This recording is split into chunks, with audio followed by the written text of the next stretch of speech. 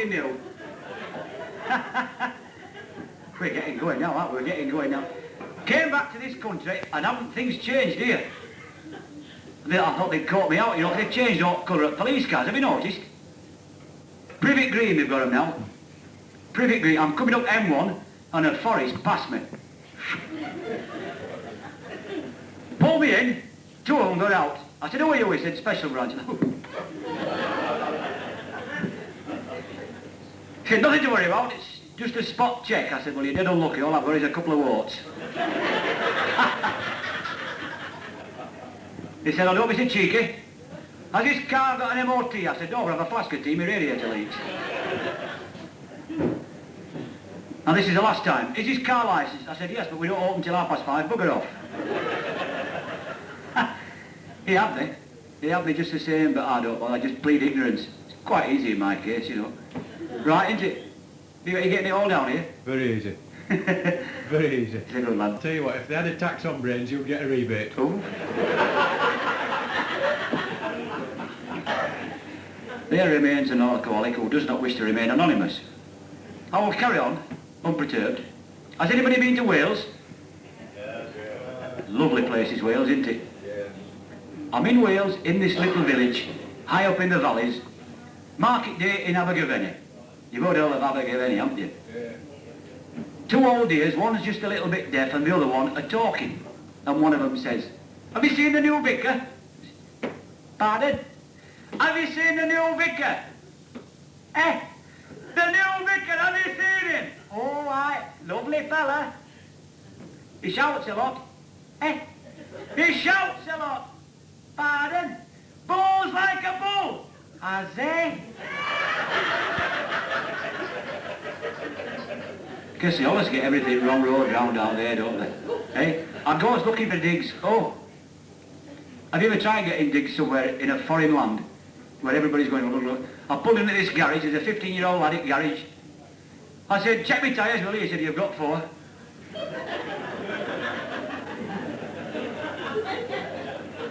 I said, you don't know where I'm likely to get somewhere to stay here.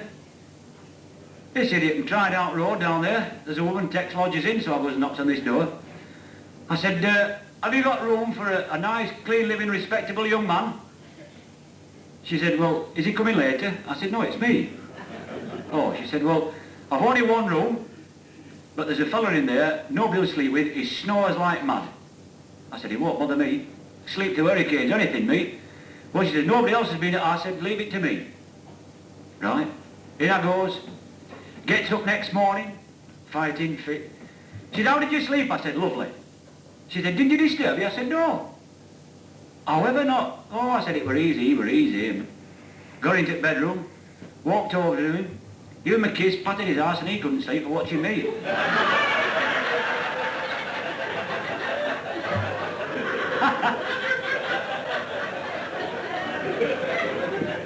Keep him on the toes, eh?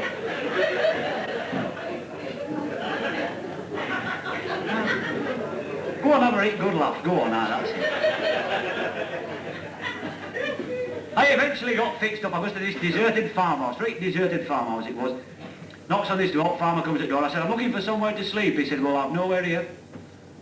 I said, well, I'm really, you know, desperate. I can't sleep in my car. I really need somewhere. He says, well, you look a pretty honest sort of a lad. You see, he said, you look honest sort of a lad. He said, so I've got 2 rooms, me and my wife sleep in one, and my 3 daughters sleep in other. And you can share the room with 3 daughters, but I'm warning you, any hanky-panky, have a double-barreled shotgun and you'll get both bows. I said, I'll behave myself. Honest. Goes to bed, I've been in bed 5 minutes, one at daughters. It's not loaded. It's not loaded. So, being a full-blooded Yorkshireman, I nipped across, go up now and nip back in my own bed. Second daughter starts, she went, what about me? What about me? Well, being a full-blooded Yorkshireman, I dashed across, go up now and I'm back in my own bed. I've been in bed 2, 3rd daughter starts. Now my turn. Now my turn. I started to snore, I went, it's not loaded. It's not loaded. Yes, there's a limit to everybody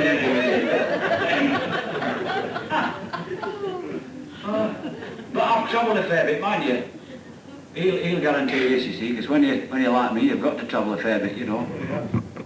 I were in one club one day and joiners coming to fix it round back. And one of the other fellas comes up, he said, 8 maintenance man's here, and I shot out of that door like a bloody rocket. Now you might not think that's funny, but he does. Maintenance. Maintenance, yes. I were up in court for maintenance, you know. I were that. Judge there. I am going to award your wife £5 a week. I said, that's very good, I'll try and send her a few bob myself. He didn't think it was funny. No, like we're an Irish fellow with that. Have we any Irish in? There is. Let us know when you leave and we'll live with you then.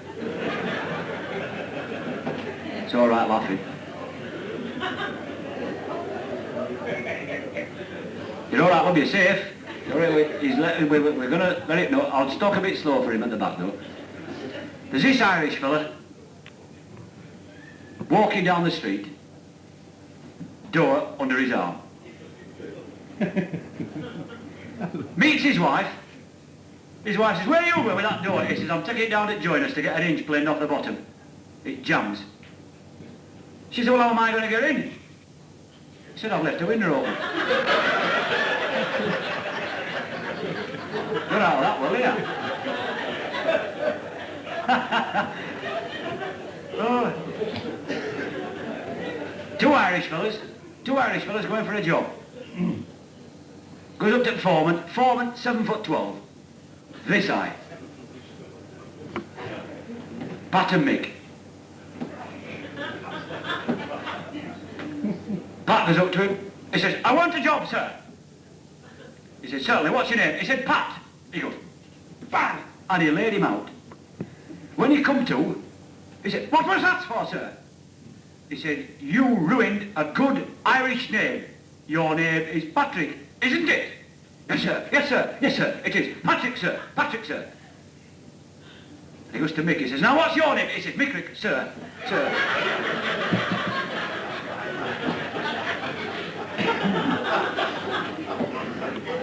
There's a couple of quick impressions here. Couple of quick impressions. An Irishman calling his dog. Come here, come here, come here, come here, come here.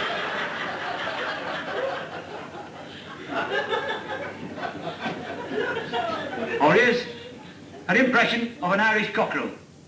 Doodle-doodle cock! No, Ed, they take a lot of stick, don't they? They take a lot of stick. There were two Irishmen. It's rather amazing, is this? Two Irishmen living in one house. And they had, you've got to make note of the numbers. They had 5 hives, each containing 500 bees. And in 6 months, they'd 1 jar of honey. 5 hives and 500 bees, 1 jar of honey. Next door, there's a woman, 1 hive, 100 bees, 6 months, a warehouse full of honey. So Paddy says to Mick, he says, we must be doing this wrong, you know. Her next door gets a warehouse full of honey, and we get 1 jar. Go and ask her how she does it. So he goes down, he says, excuse me, but you've only got 1 hive and 100 bees, and you've a warehouse full of honey, and we've all these, and no 1 jar of honey. How do you do it? She said, well, I get up very early in the morning, let all the bees out, and they all go down to the park. About 5 o'clock in the morning is the best time to go down to the park, into the flowers, and get all the pollen. Oh, thank you. Goes back, he said, I've found out how to do it. You have to get up at 5 o'clock in the morning, let all the bees out, and they go down the park and get all the pollen off the flowers. He said, well, go back and tell her she's a bloody liar, because the park doesn't open till 9 o'clock. Go on, clap, go on, I don't care if you do.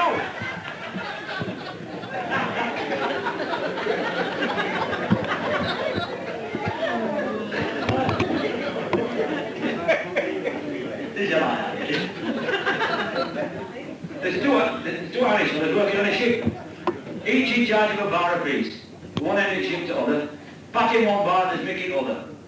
Pat's there all one night. Not a soul visits him. Getting very despondent he is. Very, very despondent.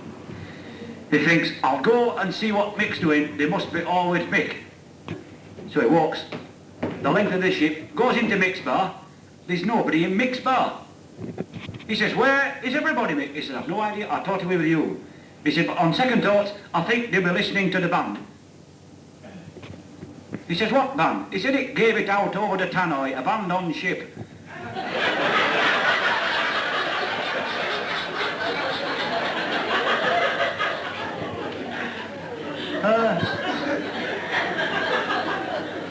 Everybody has a go at Irish, don't they? It's not really right. We'll talk about something totally different. Totally different altogether. What shall we talk about? I can talk about my mate there. He's saying nothing. I'll tell you about him. A little secret about him. He probably don't want you to know, but I'll tell you.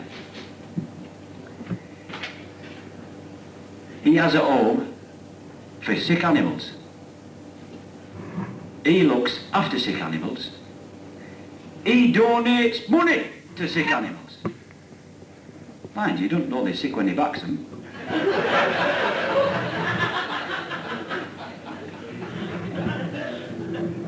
He's so involved with horses, he has 100 mares and 1 stallion and it won't work. Off down to the vets, he says, I've 100 mares and my stallion just will not work. He said, well, don't worry about it. I've 2 pills here, give it them and watch it go. So he goes back home, gives it 1 and watched it go. And did it go? And he stood there watching it with this other pill in his hand.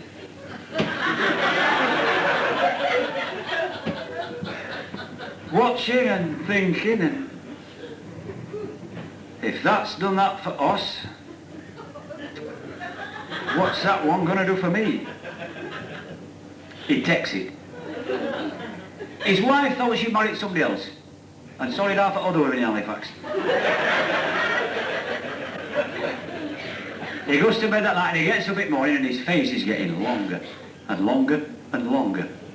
And he goes tearing back to the vets, and the vet says, I know what you've done. I know what you've done. You've taken one of them pills I give you for us, haven't you? He says, aye, yes. He said, well, here, take them 2 pills there. He said, will it cure this? He said, no, but it'll stop you shitting it road. Go on, have a good clap.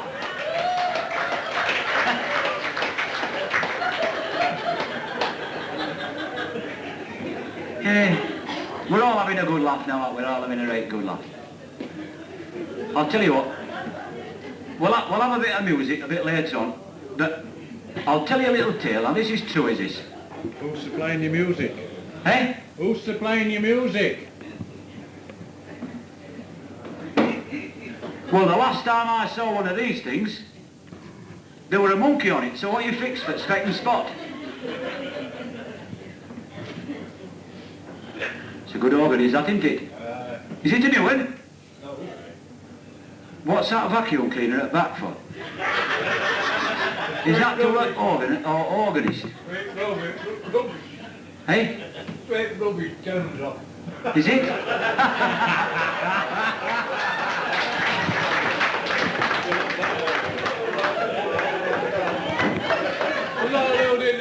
No, you're not talking. Hey, I'm with all that. Have you left me this money here as a tip, like? Yeah. Oh, that's good. Well, I'm leaving this camera on him.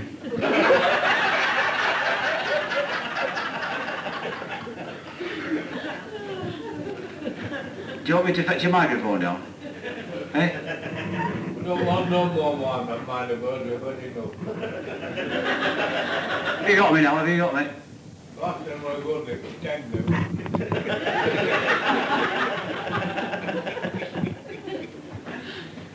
A vicar, or to put it more precise, a priest, is in town from his local country parish on one of his rare visits. Walking down the road, and a woman of ill repute nips out of a doorway and said, "A fiver for a quickie." He ignored her and carried on walking. She's rushing on behind him. "A fiver for a quickie." He ignored her. Goes back home to his little country parish and he bumps into the sister. He thinks, I'll ask the sister. He said, now then sister, tell me, what's a quickie? She said, it's a fiver, same as in town.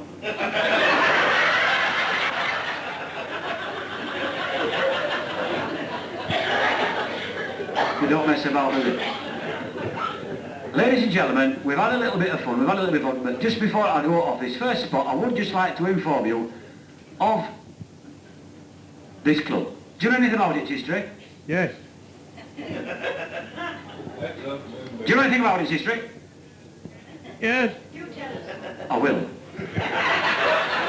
Because I like to go to the local library and find all about the places I work. And this, believe it or not, was a German prisoner of war camp. Same committee. Same committee, aye.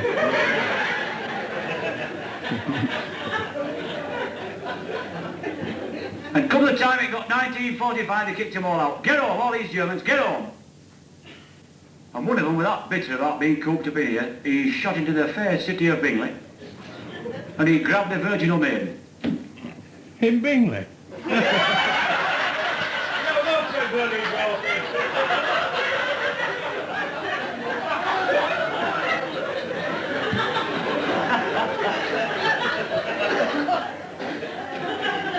Well, it was 1945, there were no such thing as smarties in them days, you know.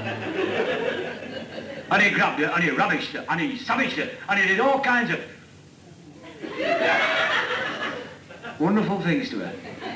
And he said, in 9 months' time, you, Phil, have a child, and you may call it Fritz. She said, in 9 days' time, you will have a rash, and you can call it measles.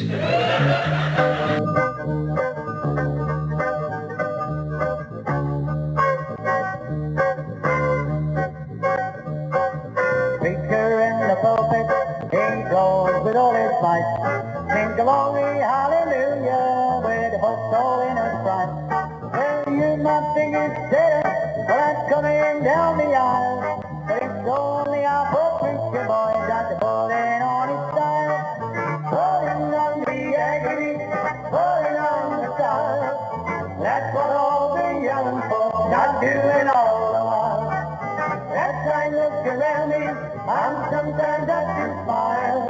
Seeing all the young folks putting on the style.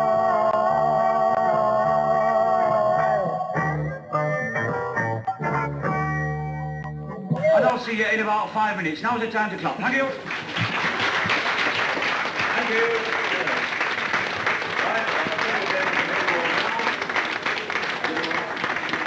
Ladies and gentlemen, the Martin Jenson Girls. Thank you.